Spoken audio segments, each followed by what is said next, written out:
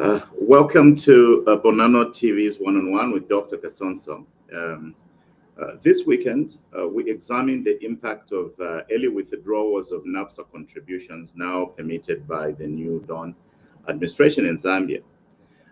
We explore the misconceptions of self-employment versus regular employment, and we relate these matters to small business development in Zambia.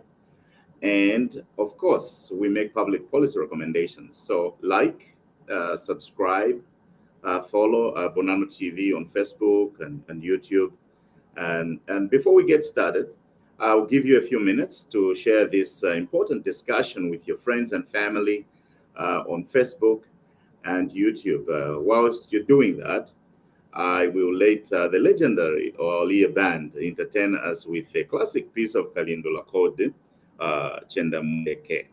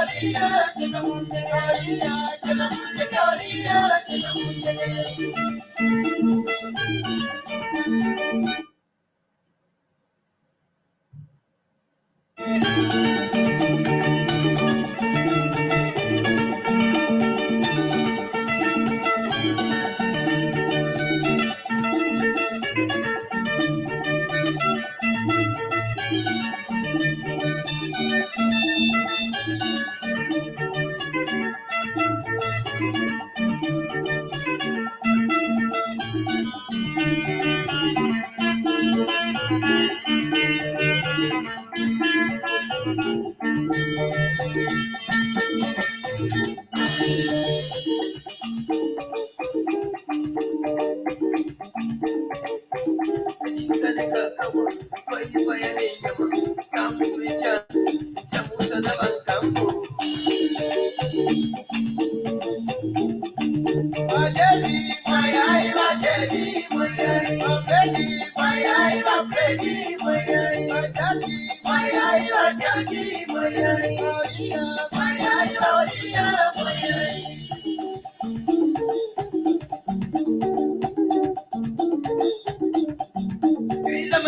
Mama. Najikane kakakwa twaifa yale nyama chamu twechami chamusa na bangambo Kambo.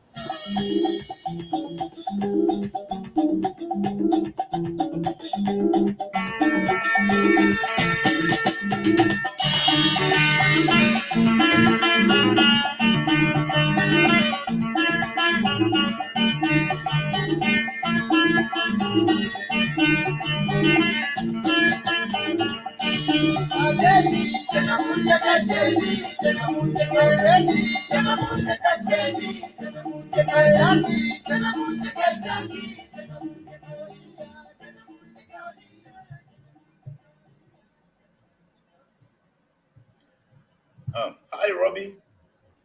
Hello, Doc. How are you? I'm fine. How are you doing? No, we are doing good. We're doing good. We are right. Okay.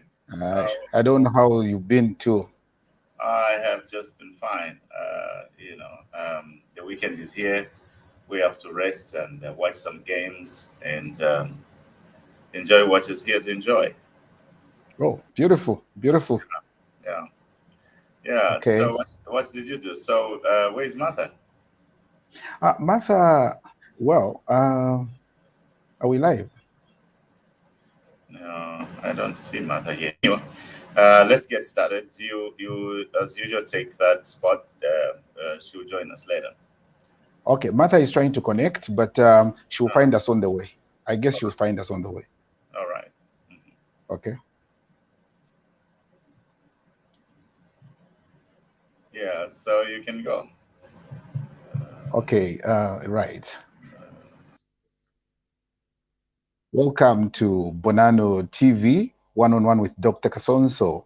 This weekend we examine the impact of early withdrawals of NAPSA contributions, now permitted by the new Dawn administration in Zambia. We explore the misconceptions of self-employment versus regular employment. We also relate these matters to small business development in Zambia. And of course, make public policy recommendations like subscribe and also follow Bonano TV on Facebook and YouTube. So before we get started, I will give you a few minutes to share this important discussion with your friends and family on Facebook and YouTube. While you are doing that, I also let ourselves get adjusted and then get into serious bedrock. Well, I'm of course standing in for Martha. She should have been with us, but unfortunately she's not with us. From Lusaka, she's just talked to me that she's having problems with a network in Chalala. However, Ndola, Zambia is okay. We are going good with our network here. So of course, I wish to, of course, thank you viewers for your viewership. This week we reached 80,000 viewers online platforms. So this Saturday night segment on Bonano TV, we are present, on one-on-one with Dr. Kasonso, where we're going to talk about current issues in business with a focus on Zambia. Today, it is the Small Business Talk Part 3. We start, this 2 week, we did this, I think 2 weeks ago. We're in the 3rd week. So please, this discussion must be taken seriously, and we allow you to share with your friends and on Facebook and also on YouTube and any other platform you are online. Before I bring in Dr. Kasonso, let me take you through with what we have been doing in terms of volatility of currency kwacha against other statistics. I mean, other currencies that keep trending against our kwacha. Of course, at the close of business this week, the US dollar to the kwacha was buying at 15 kwacha 0.97 and selling at 16 kwacha. The British pound was also buying at 17.8 ngwe and selling at 17 kwacha 0.86. The euro was also buying at 15 kwacha 0.62 and selling at 15.66 ngwe. The South African rand was buying at 0.86 ngwe, selling at 0.87 ngwe. This past week, the kwacha slightly depreciated against two major currencies.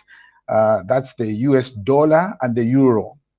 Particularly, the dollar was selling 16 kwacha per dollar for the first time in more than a month. However, this week, the kwacha gained marginally on the British pound and the South African rand. Overall, these marginal changes cannot have a significant impact on business unless the cyclical trends and margins exceed the monthly business cycle. Thank you so much for listening to the kwacha performance against the major convertible currencies. At this time, I wish to also, bring you back to our business, where we are with Dr. Kasonso. So we hope the kwacha can continue to hold strong. The downward spiral obtaining on this last week, 3 weeks, will not be good news for business in Zambia. Of course, that has to sound a warning to you, especially those that are in business. So on One-on-One with Dr. Kasonso, we launched a series of discussions on the business prospects of Zambia economy in the post-IMF deal. Tonight, it is the small business talk part 3. I should, repeat that. We discussed the impact of early withdrawals of NAPSA contributions now permitted by the New Dawn administration in Zambia. We also are exploring, like I mentioned earlier, misconceptions of self-employment, versus regular employment. We relate these matters to small business development in Zambia, and of course, make public policy recommendations. We still expect you to share this broadcast with your beloved friends, those that are doing business, those that are serious at what we are discussing and looking into with the Professor Kasonso. Well, I know all of you are anxious, seeing ourselves into our business.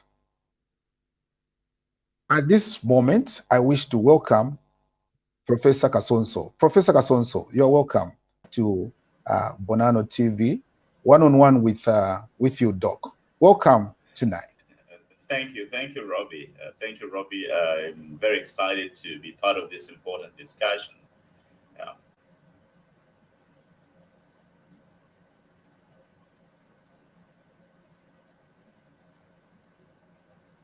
Okay, yes. Doc, the broadcast is quite breaking. Are you there, Doc? Yes, I am here, and I just say that I'm very excited to be part of this discussion, and I look forward to helping resolve some pertinent questions. So, when we were having a discussion in the week, Robbie, you mentioned a number of things that are going on in the country, and I also conducted my own research to understand where the country is and what is going on with these pension contributions, and as we also want to relate them to small business development. Yeah, so you have any questions for me, I would be gladly able to take them on now. Wow, exciting, Doc.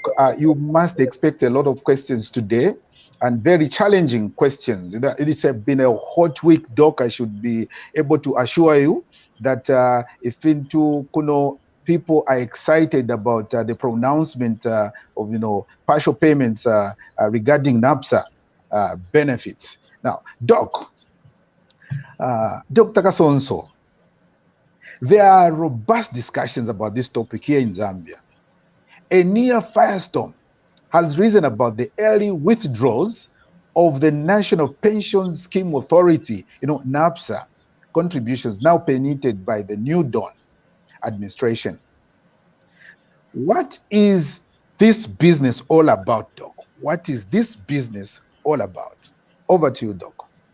Yeah, thank you, Robbie. Thank you so much for that for that great question. The business of the National Pension Scheme Authority is about collecting contributions from working people and making sure that those collections are invested to grow that investment. And then when they are ready to retire from work, they can draw upon those as a form of social security. When we were kids, we used to have the Zambia National Provident Fund. That's what they changed into NAPSA, basically, National Pensions Scheme Authority.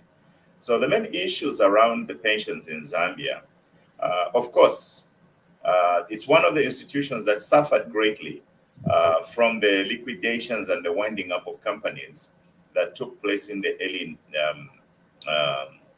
90s, in the early 90s and the mid 90s, up to the late 90s. Yeah. So, but the main issue of the NAPSA contributions is that, first of all, when a person is working, a portion of their money is supposed to be deducted from their salary and then matched by the employer in the same amount, and then deposited with the National Pension Scheme Authority to grow that money. That money continues to grow, which means NAPSA invests that money in worthy causes at home or abroad to be able to make sure that there is social security for the retiree when they retire. So the main issues are three. Number one is the ownership. Who is the owner of that contribution? Number two, it's the nature of the pension scheme. The changes that the government is trying to introduce borders on changing the nature of the pension scheme from what it was designed originally. And the final issue there, Robbie, is people, when they contribute, they always ask an important question: will the money be there when they retire? Those are the main issues, Robbie. Okay, thank you so much, Doc. A lot of people remain excited. We've got uncles, aunties, and wherever they are, and you find them, seated. You find them seated. The discussion they're putting on, Doc, is I'm gonna get my money, and then and then you ask them, what will you do with the money immediately? They're saying, I'll reason after I get my money. Very exciting, Doc. Yeah. Okay, Doc. It's really, it's absolutely amazing. Maybe we will say it's an excitement by employees regarding the pronouncement of the partial payment of NAPSA benefits by the New Dawn. Okay, fine. Doc, I have this question from you, Doc. When it comes to pension contributions, what are the main issues, Doc? Yeah. So, the main issues when it comes to pension is, first of all, pension is a pension. It is a social security payment after employment. That is substantively the nature of it. So now, if people must have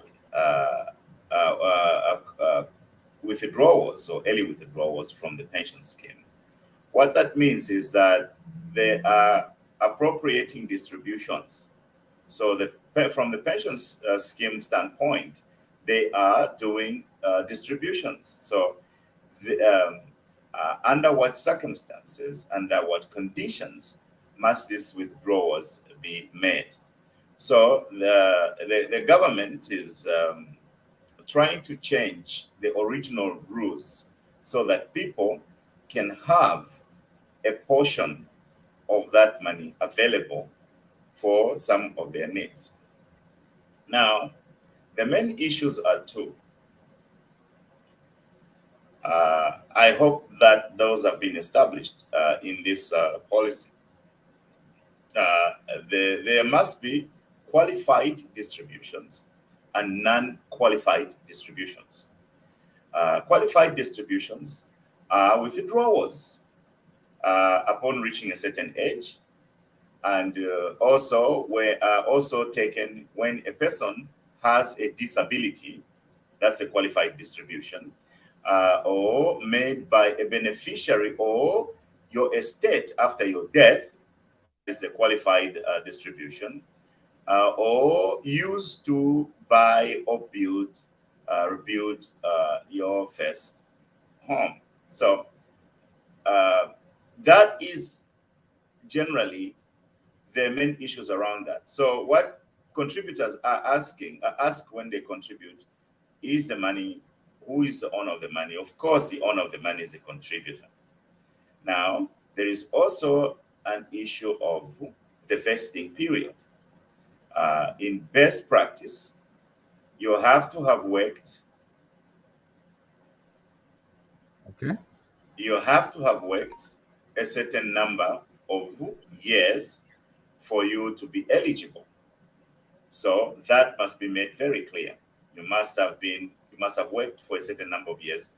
For example, here in the United States, and when it comes to what we call the individual retirement account, they want you to work for at least 5 years before you can be eligible to withdraw. And also, there are conditions. That relate. Okay. Robbie, are you there? I'm there. Sorry, I was disturbed.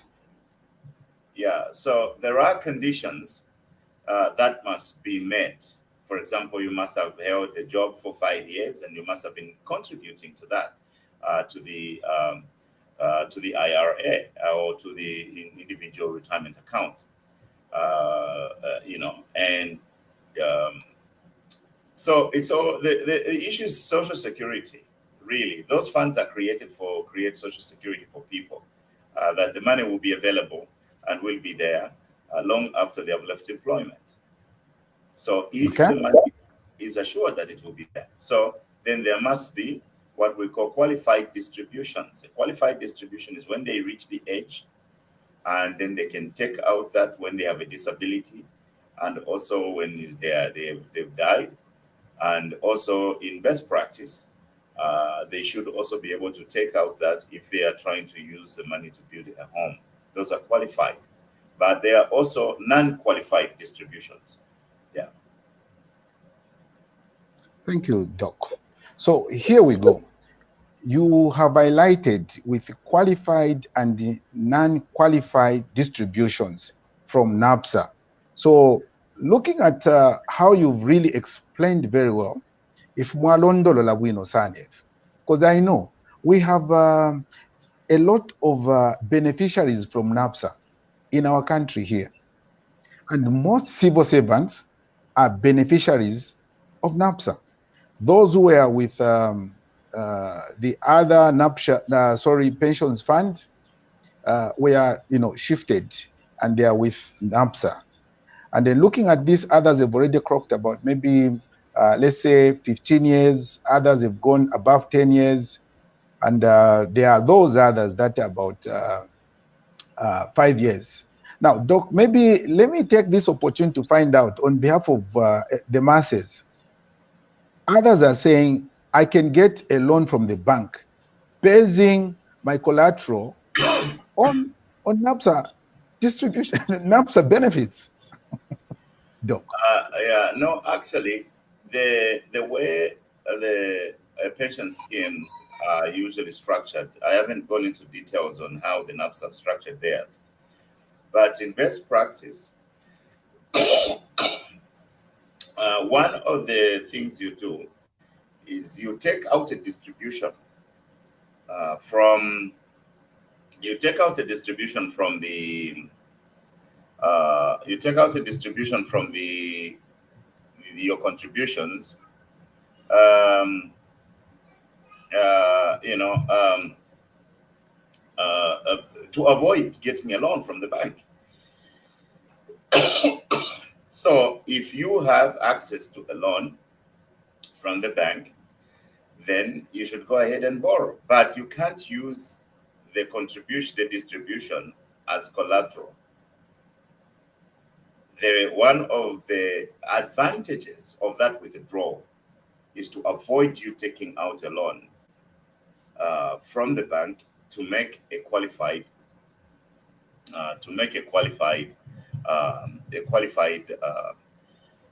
payment. Good. I'm sure viewers, there you are. You've heard it for yourselves from the horse's mouth, Professor Kasonso, explaining these things in simplicity. Doc, I have this other burning question within myself. If the owners of the contributions, Professor Kasonso, Yes. are the contributors, what are the best practices for early or partial withdrawals of NAPSA contributions, Doc? Yeah, thank you very much, Rob, for that question. But first of all, let's knock out this notion that people cannot withdraw money from a pension fund. They can withdraw. It's their money. Of course, some of that money should have vested in the first place.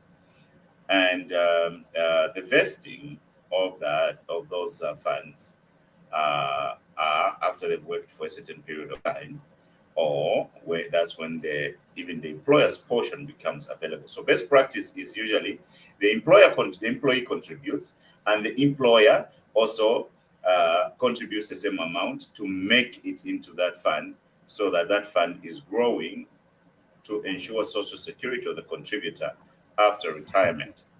Now, what happens is this.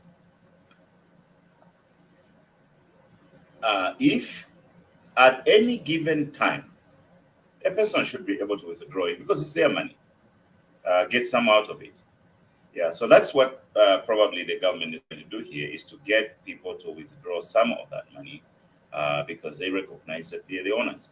Yeah, but they must, best practice spells out the distributions that do not carry a penalty. First of all, we mentioned qualified distributions, but also exceptions to the non-qualified distributions. Let me give you a series of examples. Depending on how they are restructuring that pension scheme, there could be that people are allowed to take out a portion of their pension in a series of substantially equal distributions over time. That is one part in best practice. And the second one, if you have a medical situation that needs to be addressed, you can access some of those distributions in a period you are considered non-qualified, or non-qualified even after that period you considered qualified.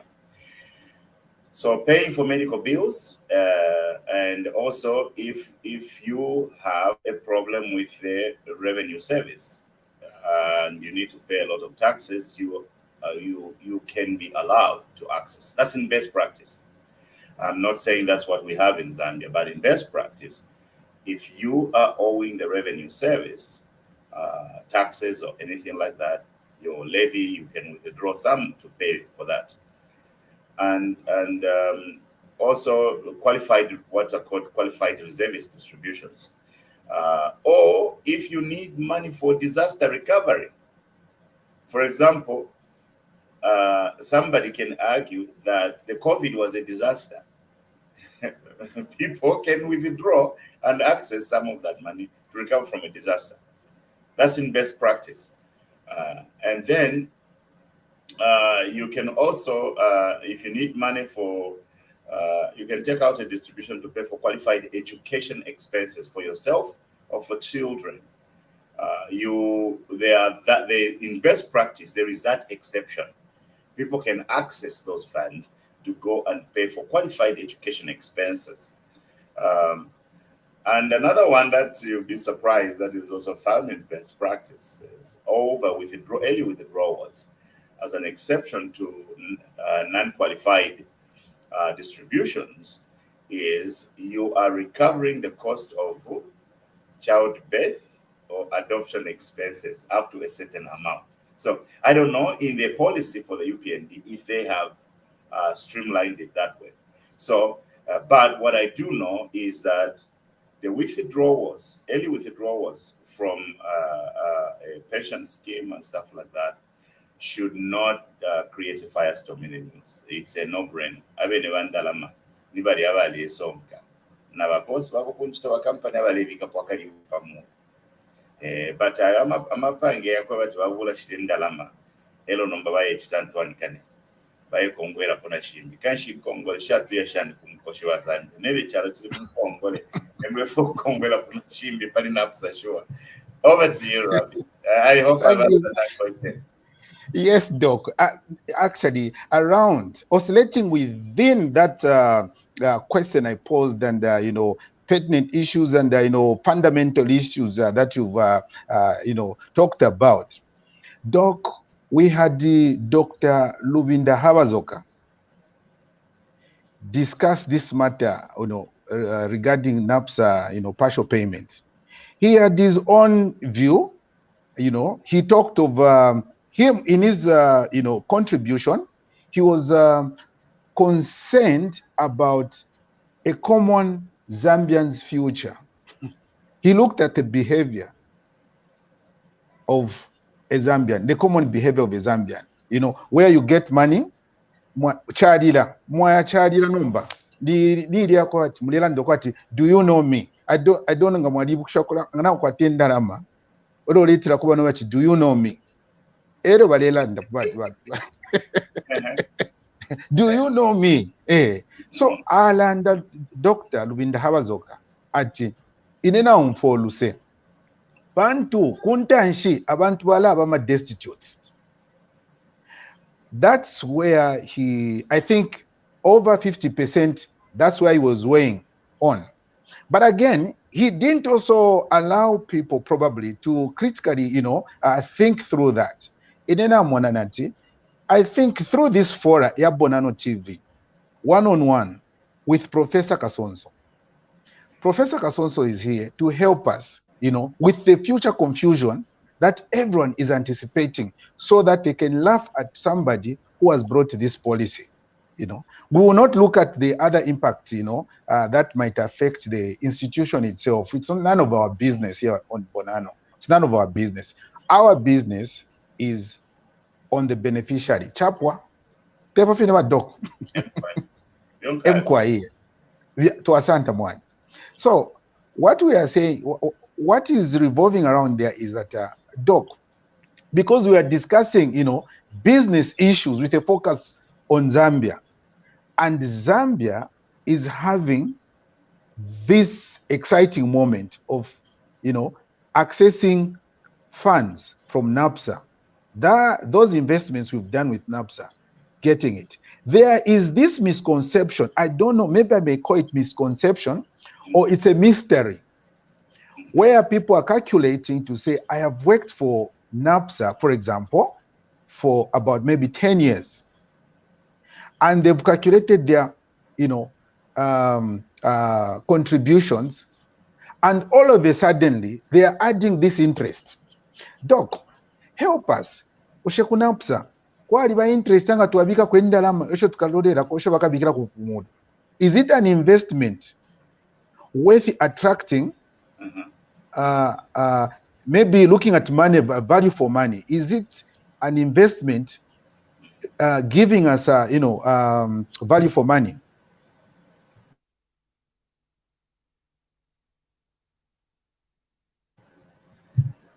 Let me comment on a number of things that you have mentioned. You have mentioned the issue of the downside of this policy of early distributions leading to destitution in old age. That's a legitimate concern. Yeah, but in my estimation,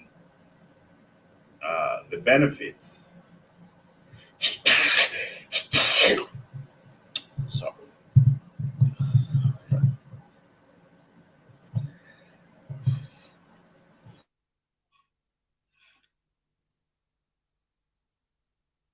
Okay, we seem to must have lost Doc. I am sure viewers, Doc will be in a moment. Of course, we continue, receiving questions. Okay, Doc, you disappeared for some time. You are welcome, Doc, and bring those points out, Doc. Yeah, thank you. So the concern of potential future destitution is legitimate, and we can't run away from that. And secondly, the notion that people will misuse that money, we cannot also escape from that. But if they misuse that money, it's their money. Sorry, I'm choking. Yeah, just give me a moment. Yeah. Okay. So, that question also speaks to the ownership of the money. It's their money. They're the ones who've been contributing. Ngawabulenda lama shobe orobi wayaponganya. Joto wasaisha nyati orobi lichpo.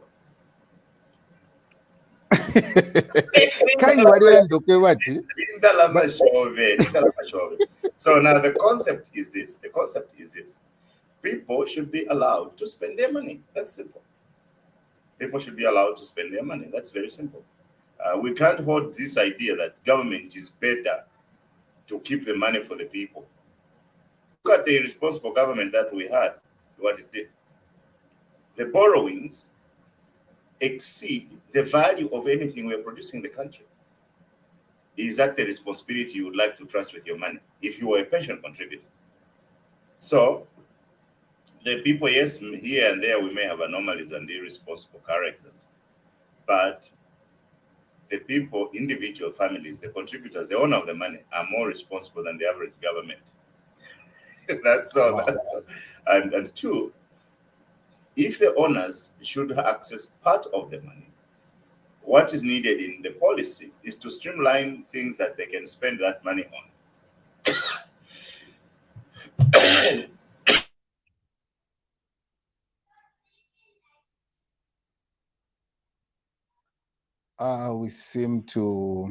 Docs seem to be having challenges, maybe it's the temperatures trying to disturb him. Doc, you are back, Doc, please. Sorry about that. Sorry about your experience, Doc. I'm sure you must be all right this time. Yes, Doc. I hope so. Yeah, so anyway, what I'm trying to simply say is that the people is their money. They should be allowed to spend it in the way they should. But for the early withdrawal to be excusable from the qualified distributions, the policy should contain the specific things that money can be spent on. And there must be that evidence. There must be that evidence provided to the authority before it can pay that money. So, in other words, it's all fine. People can access part of their money so long they meet those exceptions that we have tabulated tonight. Beautiful, Doc. Beautiful, Doc. That's interesting. I'm sure viewers, you are hearing, you're hearing all this, truth in theory, also in practice. Vamwishone mjiuka semba. Vena kasolwezi, avena Luapula, avena Kasama, avena Chipata. Southern Province Konsoko, Mulibuti. We know that there's been this excitement, and we are trying hard to address this matter in a way we can explain with Professor Kasonso. He has assured us, and there are no two ways about it. Shiria ninda nama shesu tuashbula twashibombera twabapeera ba NAPSA n'abaako nkito nabo babiikirapo bapeera ku NAPSA ero batuwa kati kuchimwasenda question ono. So Shesu, that is what we are being talked about. So Doc, do you think the new policy by our government conforms with the best practices? The permission to permit early withdrawals, it does.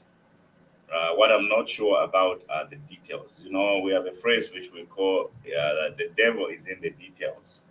For what purposes are those withdrawals are allowed? I have heard some rumors through the blogosphere that someone can go there and get the money to start a business. That's a high risk withdrawal that shouldn't be allowed. The best practice has got specific things that you can withdraw the money for: building a house, paying educational expenses,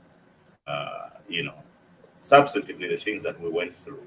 So there should be those concrete things that build value for the contributor, not that number nabeno ni chance yabo ya kuyashona indalama bakamuneka kona bate but no they forget to withdraw pen so that bashite ku motoka. No. So we have to look at the details of what the policy is, and then we can come back again and give a talk on that. Sure, Doc. I was also equally looking at what people might be facing as their challenge, in this matter regarding partial payments of NAPSA benefits. Do you have an idea of the threshold that would be allowed as partial benefit per individual that has served with NAPSA? That is what we need to look through in that policy, and it's not clear at this point whether that amount has been made, or that percentage or proportion has been made. So we have to look at the policy in details to see if it comports with best practice. But the idea to allow people to access that money before they retire comports with public practice, with the best practices in public practice, in public policy. So that should not become under debate. One, the money to contribute, and two, but to take what spell out the qualified distributions and what they can get that money for. Otherwise, it will defeat the entire purpose of even having contributions to the pension fund. Sure, Doc. Doc, you're having a history, of knowing how, in general, I would not, give, just in my own opinion, I think on average, we Zambians, twalitemu nkongole sana. Yeah. Twalitemuka kunkongole sana. I know, and why I'm saying on average, we have history where a section of civil servants got a lot of debt from banks, and then these banks started, deducting the monies. Of course, the system was deducting monies, but again, another system was not remitting money to the other guys that had given money. Now, what came to happen was that there was that misunderstanding, and then when the two elephants start fighting, the grass suffers. So the grass suffers.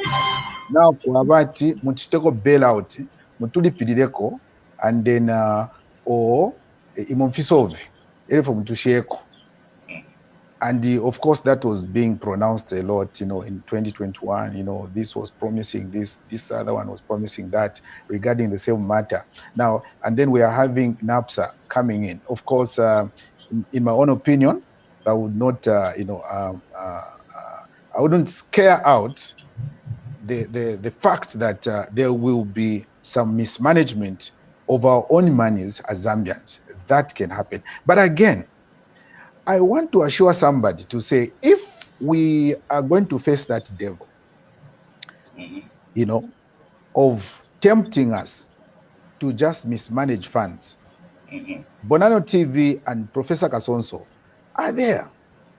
They've so far produced 3 series. 3. This is the 3rd series. We are coming where we've talked about businesses and how businesses can really thrive through, storms and find itself, surviving with available opportunities that have been availed by the new Dawn government. We talked about CDF and how that CDF can be managed. We also talked about, farming and how farming, can also come in. Okay.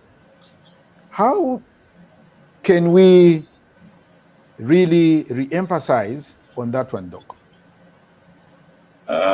Just repeat the narrative before that. Need to hear all the substantive issues.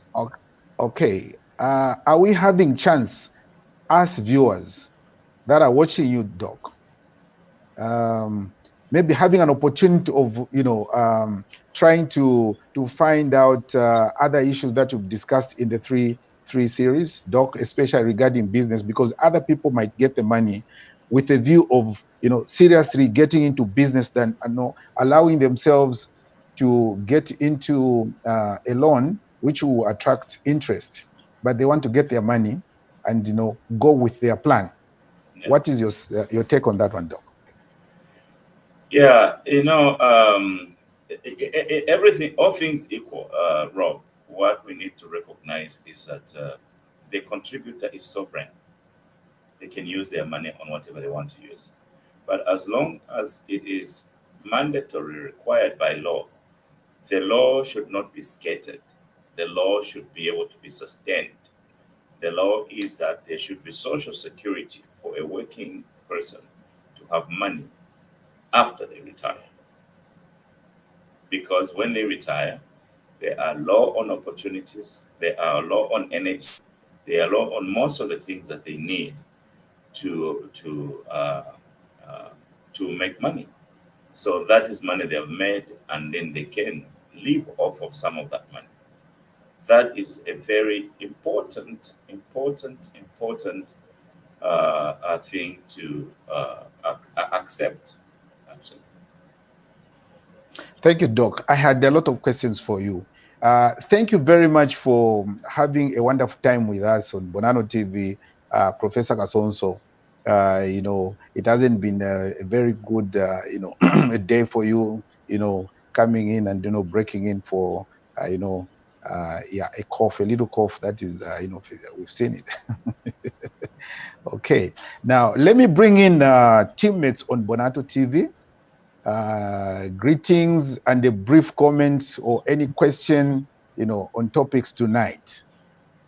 So questions or contributions from the FB, bloggies and blog spheres, you're most welcome. So we just have Nicholas Mulenga saying good program. And, okay. And Martha here says, sorry, I can't join. That's it. We don't have any questions from the blog sphere. Okay. So, Dr. Kasonso, you are a scholar, practitioner. Can you explore for us the misconception between self-employment, the domain of the small business or the woman, and regular employment, Doc? Yeah.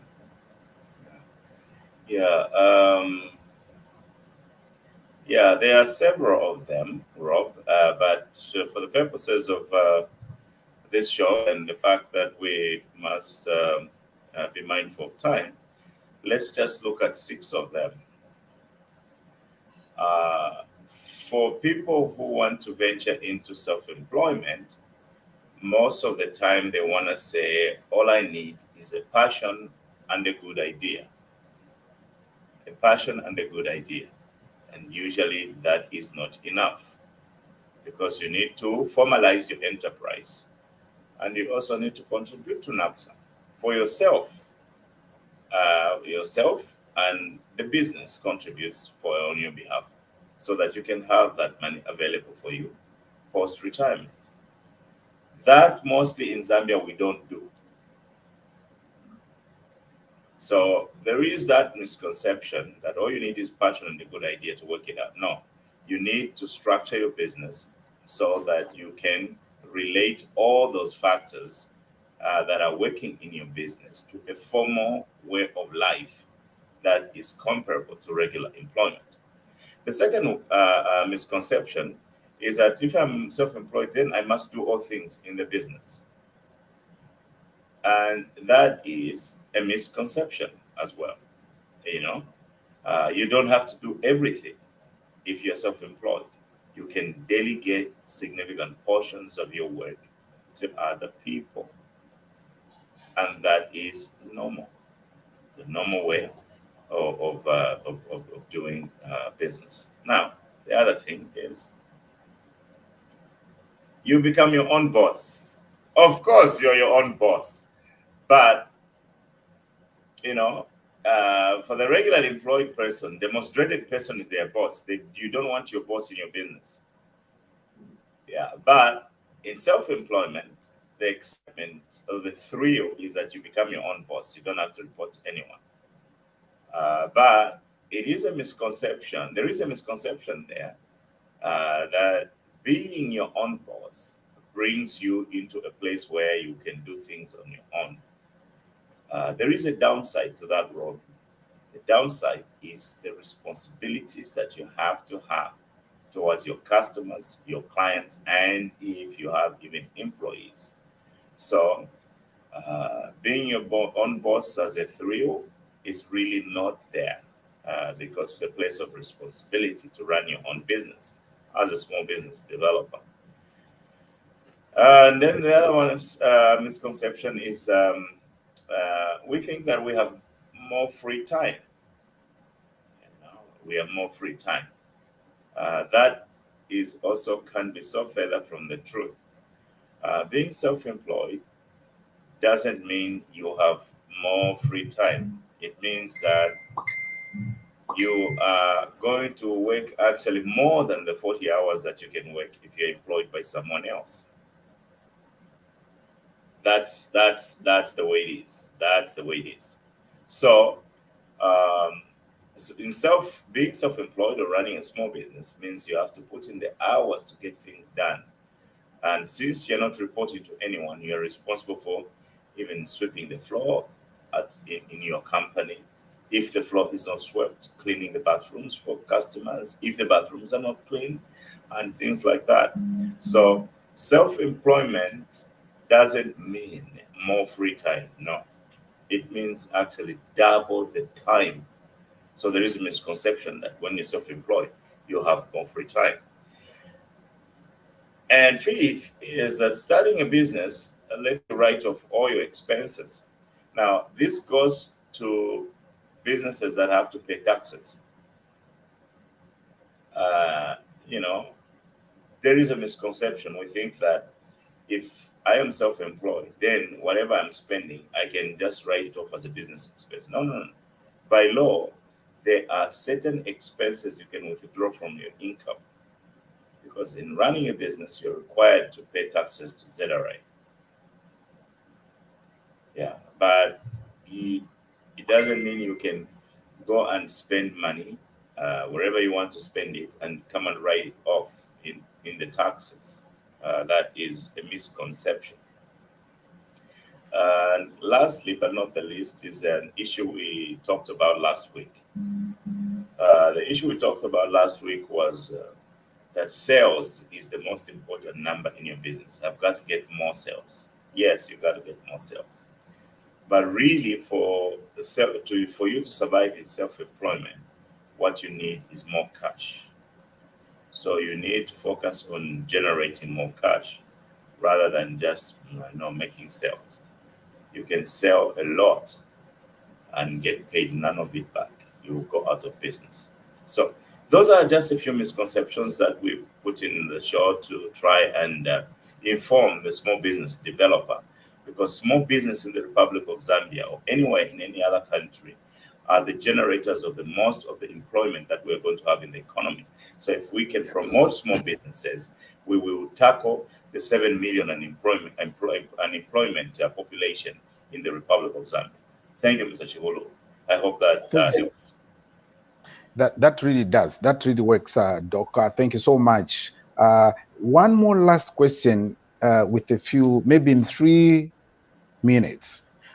In view of the foregoing discussion, what public policy recommendations can you make for our hardworking government of His Excellency President, Mr. Hakainde Hichilema? Yes, Doc.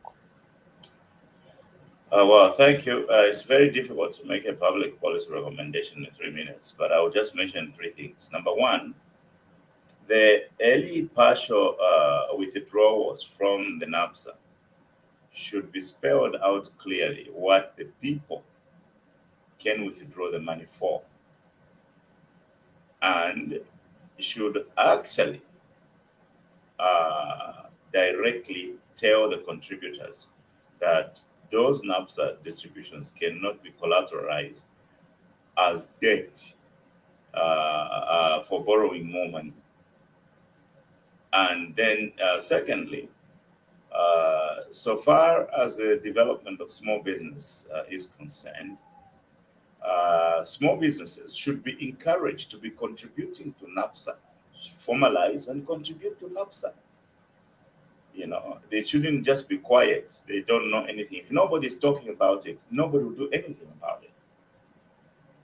And then, once the small businesses are contributing to NAPSA as well, it should be made very clear. There should be clarity also on a significant portion of the population who worked for certain companies that didn't send the distributions to NAPSA, because you know, there are companies, even parastatals, that have been contributing to NAPSA on behalf of the employees. So some people can even get excited, but only to find out that their company wasn't actually contributing to NAPSA. So NAPSA doesn't owe them anything. There should be clarity about that, that this is only available to companies that were contributing and their employees. So if ZNBC wasn't contributing to NAPSA, oh, no. It's bad news. Maybe a few years that they contributed, people can access. But if there's a huge chunk and a huge period that they didn't contribute, they should probably be excluded from taking partial distributions because their corporation was not contributing to NAPSA. So if that is not done, it can create a crisis. Yeah. Wow. Well, viewers, we wish to thank you for accompanying us on TV Bonano with one-on-one with Professor Kasonso.